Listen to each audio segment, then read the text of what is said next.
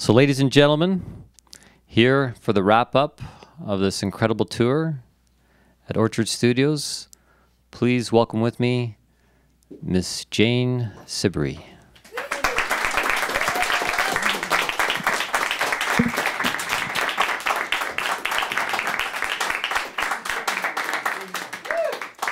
Oh my gosh, I wasn't sure I would make it. This is hard to find, this place in Norville.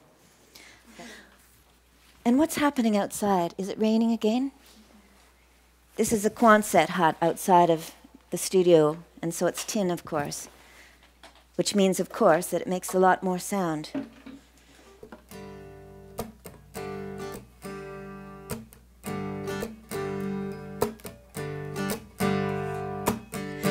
Anytime, anytime, anytime, anytime, anytime that you want me, I'll always be there. Yeah, anytime, anytime, anytime, anytime, anytime that you need me, I'll always be there. And in your darkest hour, I will always be nearby through love's power. Oh, anytime, anytime, anytime, anytime, anytime that you want me, I'll always be there. Yeah, anytime, anytime, anytime, anytime, anytime that you need me, that you want me, oh, you need me, that you want me, I'll always be there, I'll always be there, I'll always be there, I'll always be there, I'll always be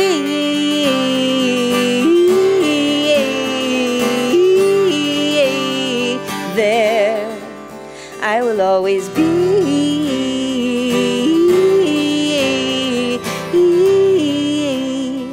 there.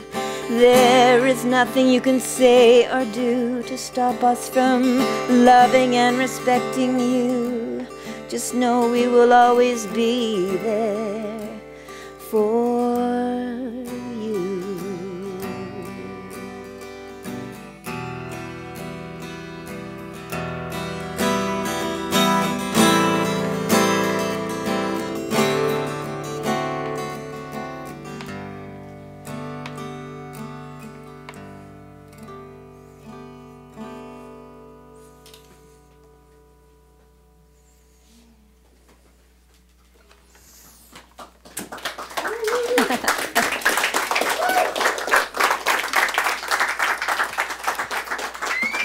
Okay, so for anyone who's watching this, it's a learning curve. I've played lots of places, lots of different kinds of places, and I have the lights on, and I find it harder to do this, and yet I wouldn't go backwards. I have to really stay grounded, you know what I mean? And I have to keep my eyes open, because when I shut my eyes, it means I'm backing off a bit. So I find it really a challenge, especially tonight when I'm trying to find my balance and give the best that I possibly can. And it's the same for the audience, isn't it? Because I can see you and you're feeling different. You can't hide in the dark, and you can't text message without people being aware of it or whatever. And it changes the accountability on both sides in a wonderful way, in a really wonderful way. And I look forward to the times when we can just keep our eyes open and hold each other's looks, look deep into each other's eyes and hold it, and stay grounded, and then like a beacon on the planet be sending out these pulses, because we are so blessed. We have so much more than most people. And music is an amazingly powerful thing, special thing, fun thing. So here we are. I'm trying to find my balance, and outside it's getting dark. This is an apple orchard, and the rain has stopped, but it's still very muggy, but that's okay. And there's my new puppy sitting there, a companion that I never expected to have, Gwilym. I brought him back from Wales. My grandfather is from Wales. It seemed so magical the way that I found him that I decided I would go for it, even though it seemed a strange thing to do. Anyway, I've been to so many beautiful villages, and part of my job description as a musician, I feel, is to take in, to synthesize in my own unique way to the best of my ability, and purvey. And so when I come to these places, and when I do this, hopefully you're feeling it wherever you are on the planet. The job of the musician or the performer is to, of course, take the energy in the room and send it through yourself and release it enhanced in some way as the performer is enhanced from the audience's energy. And then it becomes an electromagnetic circle thing and gets bigger and bigger. And the spell can be broken easily by distraction. Having a puppy here is hard, and the sounds, and everyone's getting used to this. And it takes a lot of concentration and focus, and I can feel you concentrating more and more, and it's helping me. I feel your nourishment and keeping your focus even though there's something happening over there. So thanks, I'm feeling a bit more on track. Most wonderful thing is this beautiful place, Orchard Studios in Ontario farmland. How beautiful that is. And to the few people who came to this room so I could do this concert, this last salon, and have people to sing to. Thank you so much for coming here tonight. Imagine a world where the columns of a temple, remember the columns in the temple? And the columns come to life.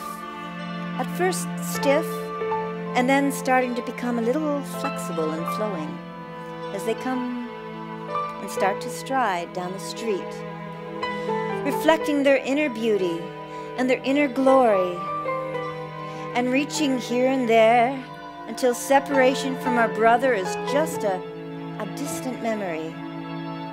Instead of quietly sitting in our cubicles at work, tapping our pencils and wondering how this surprisingly quiet life came to be. Leroy works the counter at the liquor store.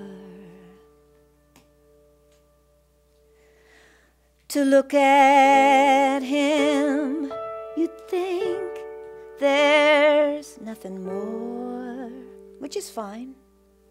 But anyways, I saw him at the train station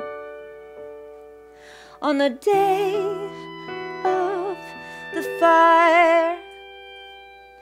If ever you need help, he's the guy. And Marjorie works the diner in Oklahoma,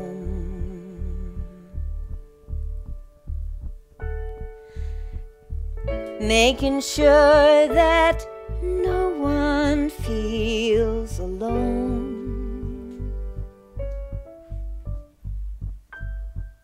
She's famous for her kindness and for her Solomon's advice. But if you saw her on the bus, you'd not look twice. Imagine a world where the columns of the temple come to life, at first stiff and then flexible and flowing, striding down the street, a perfect reflection of our inner beauty, our inner glory, reaching here, helping there, until separation from our brother is just a puzzling memory.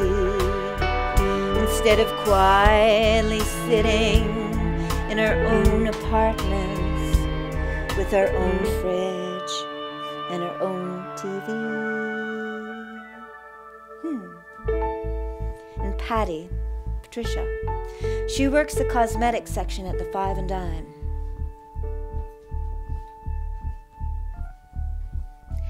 She's quiet as a mouse, and she takes all the overtime because she can, and so she does, which is fine anyways. On Wednesdays, she announces the sales in cosmetics on the overhead PA, and she changes, she comes to life, and her forehead opens, and these bright lights come out of her cheeks, and she waxes poetic about mascara and bronzer and lip gloss, and the customers stop shopping and just stand there and smile. And Kyriakos, he's a Greek elder on the street where I used to live in Toronto. They say he used to be a chauffeur for someone very grand. You know what I say? I say, lucky Lady Grand.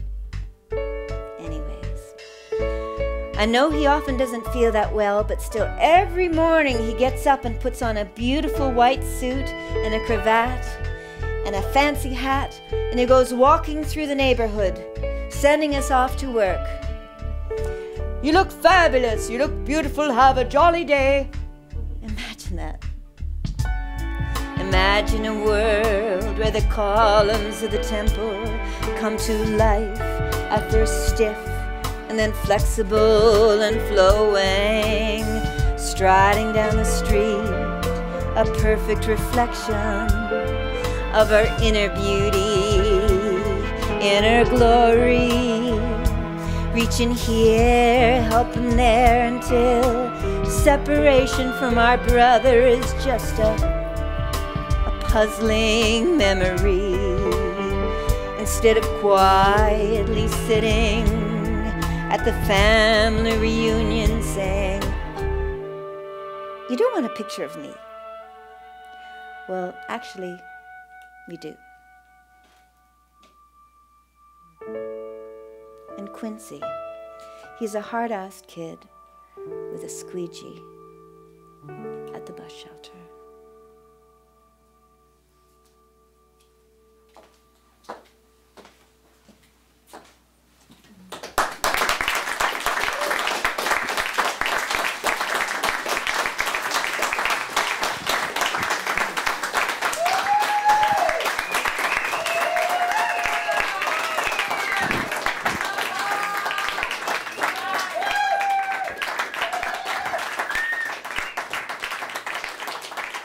Oh my gosh, it's so beautiful out.